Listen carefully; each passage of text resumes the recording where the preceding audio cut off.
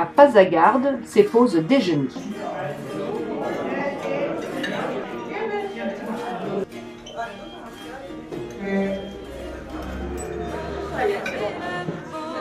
Le tombeau de Cyrus II, dit le Grand, mort empoisonné en 530, domine la plaine où il aurait battu les Mèdes en 550 avant Jésus-Christ. Le site fut délaissé avec l'arrivée au pouvoir en 522 de Darius Ier, qui entreprit la construction de Suse puis de Persépolis.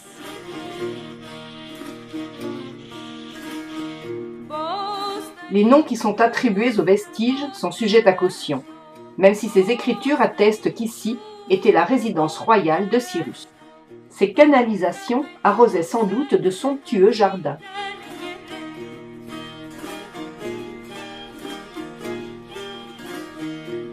L'entrée de la salle d'audience est flanquée de portiques et de portes décorées d'un génie ailé, haut de près de 3 mètres, seul relief achéménide trouvé intact à ce jour. C'est Cyrus lui-même, roi zoroastrien, qui proclama au VIe siècle avant Jésus-Christ la première déclaration des droits de l'homme, basée sur ce que le prophète Zarathustra enseignait à propos de l'égalité entre les êtres humains. La campagne reverdit dans la plaine de Shiraz.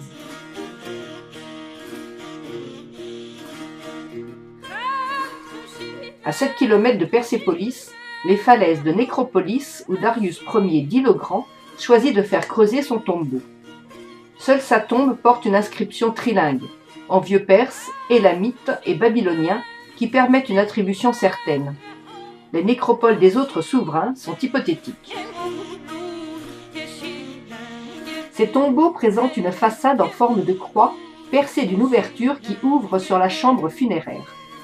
Sous les tombeaux achéménides, plusieurs reliefs sassanides réalisés près de 1000 ans plus tard. Le plus célèbre est celui de la victoire de Shapur Ier sur les Romains au IIIe siècle.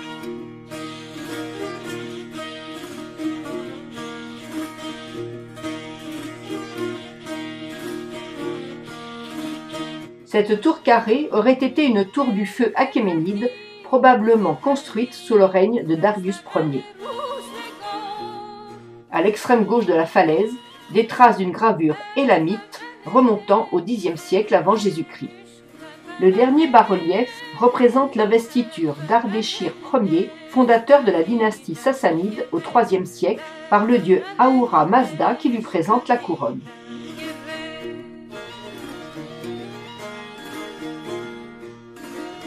À quelques kilomètres, le site de Naksh-e-Rajab, d'époque sassanide, est moins connu.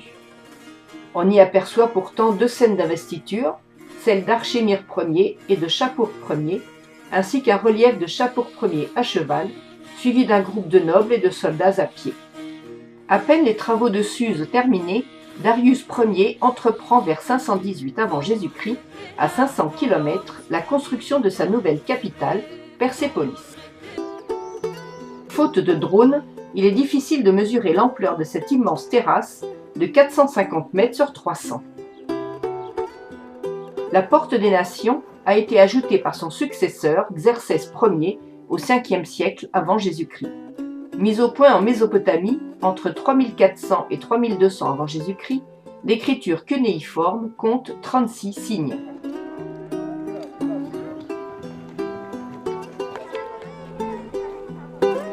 L'aménagement du site ne fut jamais achevé.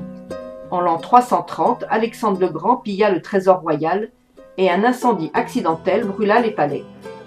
Certains y voient la vengeance d'Alexandre le Grand suite au sac d'Athènes par les Perses en 480 avant Jésus-Christ.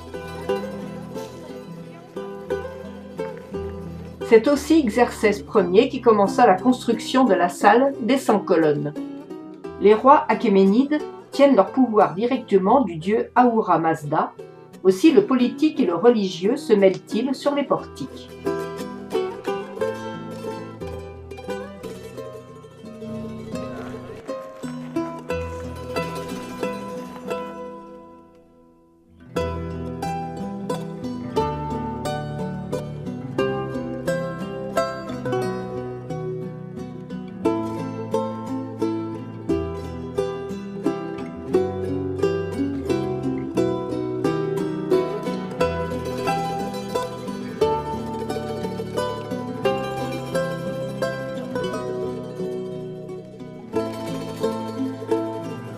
La décoration des 2 escaliers monumentaux qui conduisent au palais d'Apadana est exceptionnelle.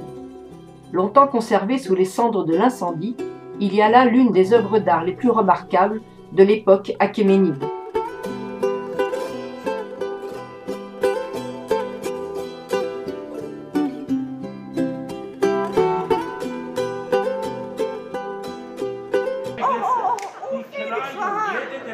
Des yeux pour moi, c'est des yeux de gazelle. C'est ça, en fait ça. C'était la sonde pour la cérémonie pendant la nouvelle année.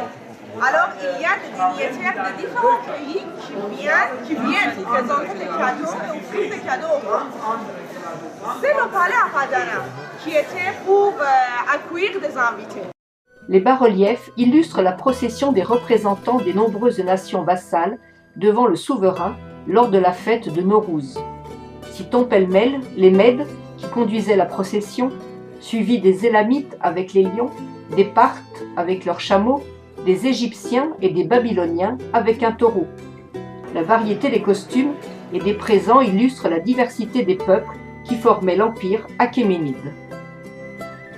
Mohammad Reza Shah, dernier Shah d'Iran de 1941 à son exil en 1979, organisa en 1971 à Persépolis une fête spectaculaire pour les 2500 ans de l'Empire perse.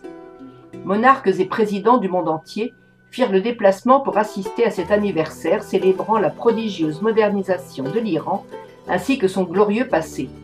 La France était représentée par Jacques Chaban-Delmas. Mais les opposants, dont l'ayatollah Khomeini, ne virent que les dépenses somptuaires qui précipitèrent la chute de la monarchie.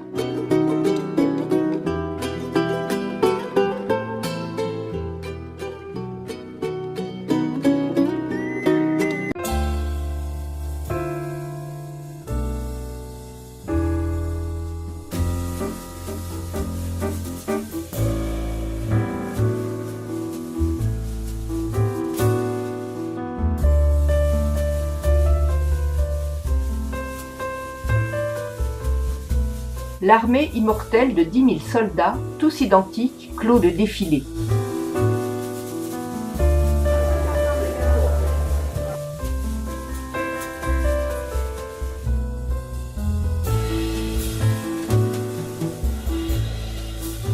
Dans l'Apadana, Darius recevait ses vassaux.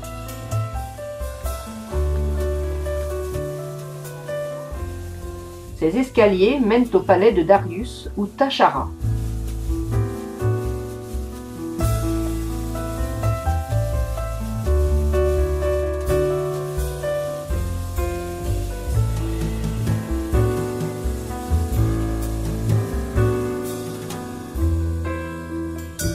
On aperçoit dans la falaise le tombeau d'Artaxerxès II, les anciennes salles du trésor, puis le harem, aujourd'hui reconverti en restaurant et musée.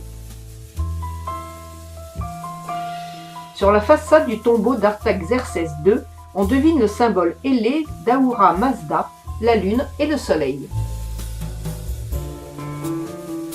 Le tombeau d'Artaxerxès III est très dégradé.